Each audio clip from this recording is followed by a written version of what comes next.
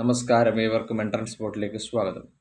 കേരളത്തിൽ 2025-26 അധ്യയന വർഷത്തേക്ക് പ്രൈവറ്റ് സെൽഫ് ഫിനാൻസിംഗ് മെഡിക്കൽ കോളേജുകളിലെ MBBS സീറ്റുകളുടെ വർദ്ധിപ്പിച്ച seat metrics Kerala entrance commission വെബ്സൈറ്റായ www.cee.kerala.gov.in എന്ന് പറഞ്ഞ വെബ്സൈറ്റിൽ പ്രസിദ്ധീകരിച്ചിരിക്കുന്നു.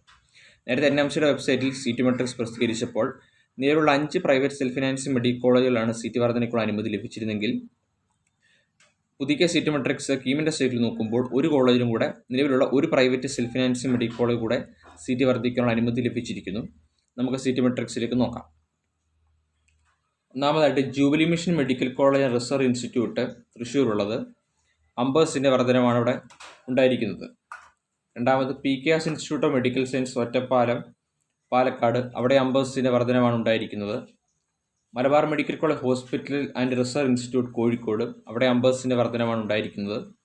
SUT academy medical sciences Vattappara, ഈ കോളേജിലാണ് പുതുതായി സീറ്റ് വർധനയുള്ള അനുമതി ലഭിച്ചിരിക്കുന്നത്. അവിടെയും 50 സീറ്റിൻ്റെ വർധനമാണ് ഉണ്ടായിരിക്കുന്നത്. ട്രാവൻകൂർ മെഡിക്കൽ കോളേജ് കൊല്ലം, അവിടെ 50 സീറ്റിൻ്റെ വർധനമാണ് ഉണ്ടായിരിക്കുന്നത്.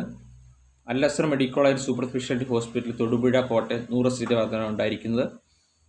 പുതിയൊരു പ്രൈവറ്റ് സെൽഫ് ഫിനാൻസിംഗ് മെഡിക്കൽ കോളേജും കൂടെ ഉണ്ട്, കേരള മെഡിക്കൽ കോളേജ് മങ്ങോട് പാലക്കാട്, അവിടെ 150 സീറ്റ് വർധനമാണ് 150 സീറ്റാണ് അവിടെ അനുവദിച്ചിരിക്കുന്നത്. Thank U.